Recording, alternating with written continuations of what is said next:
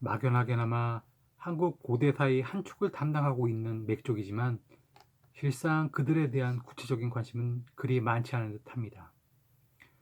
기자조선이나 환단고기 등 논쟁이 되는 주제에 대해서는 과도하다 싶을 정도로 감정이입이 되고 있지만 맥족에 대해서는 그냥 고대 한반도에 살던 민족이라는 정도로만 이해하고 관심을 주고 있는 듯합니다. 저 또한 맥족을 단지 단군 신화에 등장하는 웅녀와 관련지어 생각해 볼 뿐이었으며 맥족에 대해서 깊이 있는 고민은 해본 적이 없었던 것 같습니다. 다행히도 문한식 교수의 요하 문명과 예맥이라는 책을 통해서 잘 정리된 정보들을 얻을 수 있어서 다행입니다. 다음의 글은 문한식 교수가 쓴 요하 문명과 예맥에 나오는 내용입니다. 예맥의 기원은 시베리아 일대에서 남하한 알타이족의 이주에서 구하는 것이 일반적이다.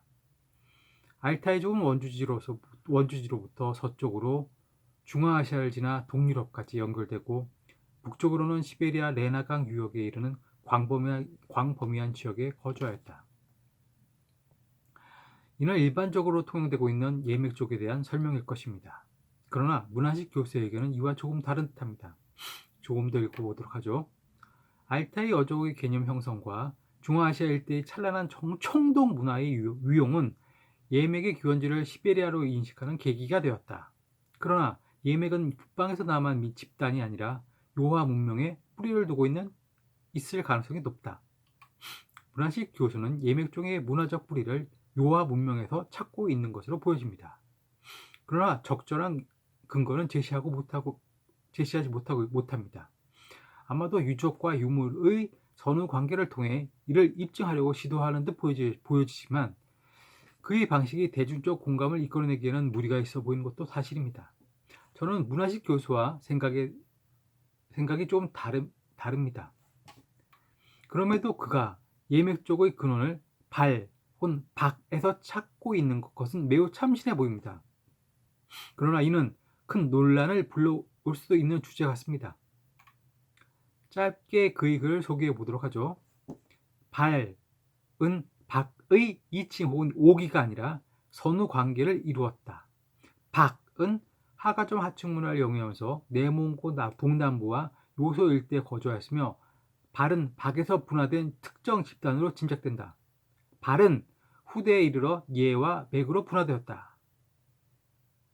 이에 관해서는 나중 마무리 부분에서 따로 다루기로 하고 우선은 맥 쪽에 집중해 보도록 하겠습니다. 예맥 쪽은 시경 한역편에 처음 그 이름이 등장하긴 하지만 구체적으로 언급되기 시작한 중국 문헌은 관자로 보는 것이 맞는 것 같습니다. 문한식 교수의 책을 조금 더 읽어보도록 하죠. 예맥은 만맥과 호맥처럼 중원의 북방에 거주하는 이민족의 범칙으로 이해한다. 그러나 예맥은 북방 이민족의 범칙이 아니라 정치적 실체가 있는 집단이다. 예맥은 요소를 비롯하여 하북성과 산성의 북부 지역에 거주하였다. 규구의 회맹 때에 주의 천자가 대부 제공을 파견하여 환공에게 고기를 보내며 환공이 말하기를 내가 승차로 회합함이 3번이고 병차로 회합함이 6번이니 모두 9차례나 제후들을 규합하여 천하를 바로잡았다. 북쪽으로는 고죽, 산용, 예맥에 이르러 진하를 사로잡았다. 라고 하였듯이 제2황공과 관중이 활약한 BC 7세기 무렵의 실체가 드러납니다. 사실 이 부분은 관자 중에서도 매우 중요한 부분입니다. 이는 관자가 이룬 업적들 중에서도 가장 대표적인 것으로서 소홀히 다룰 수 없는 사건을 다루고 있죠. 그래서 믿음이 갑니다.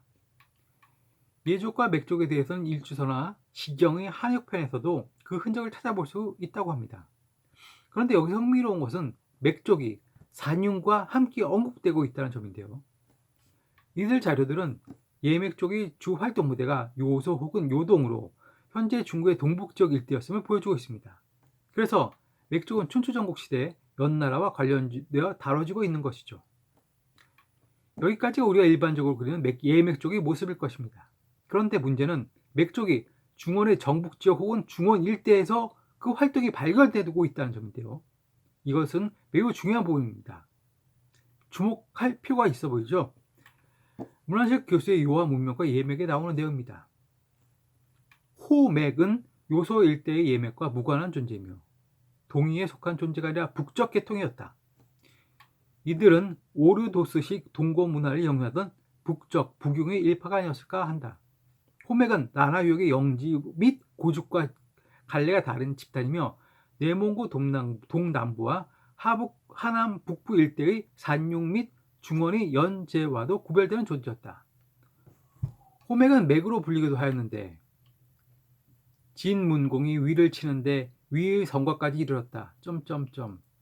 이 말에 문공이 두려워하여 군대를 돌이켜 나라로 돌아와 보니 맥인이 진을 공격하고 있었다.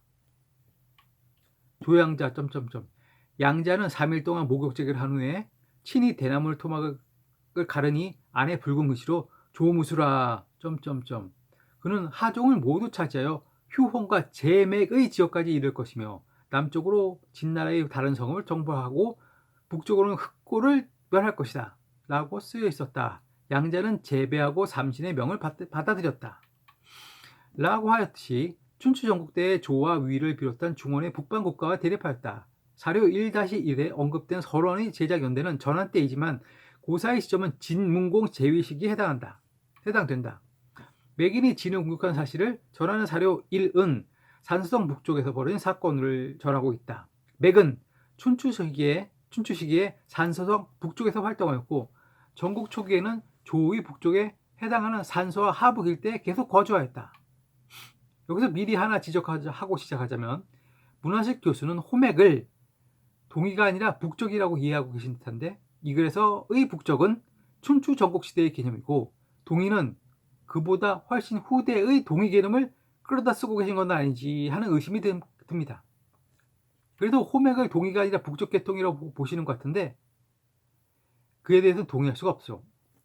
그리고 끝부분에 조나라와 위나라를 중원의 북방 국가라고 하시는데 진문공의 진나라에서 갈라져 나온 한나라, 위나라, 조나라는 중국의 정가운데 중원을 근거로 삼아 활약하던 나라들이었다는 점을 여기서 상기할 필요가 있어 보입니다. 그러므로 진문공 시기에 맥인이 진나라를 공격하고 있었다는 서론의 기록은 꼭 그 진위 여부를 밝혀야 하는 중요한 부분입니다. 그런데 만약 호맥과 맥 쪽을 하나의 민족으로 본다면 맥 쪽의 활동 무대는 매우 광범위하게 확대됩니다. 그리고 반면 중화민족의 활동 무대는 매우 축소되는 것이죠. 그러기에 문화식 교수가 굳이 호맥과 맥 쪽을 분리하려 왜 그러시는지 도무지 이해가 되지 않습니다. 그러나 앞서 이야기했듯이 그보다 더욱 논쟁이 되는 부분은 바로 발 혹은 박에서 예맥 쪽이 분화되었다는 문화식 교수의 주장일 것입니다. 사마천의 사기 오제봉기에 따르면 황제가 나라를 공격했을 당시 처음 도읍을 정한 곳은 탕록산 아래라고 합니다. 즉 탕록산 아래가 바로 역사상 중국의 최초 도읍지였던 셈이죠. 중국은 현재 하북성 탕록현에 귀근원 중화 3조당을 지어 황제와 치우 그리고 염제를 중화민족의 시조로 모시고 있습니다. 하북성 탕록현은 베이징에서 서북쪽에 있습니다. 베이징에서 내몽골로 가는 길 어느 중간쯤에 하북성 탕록현이 있다는 것이죠.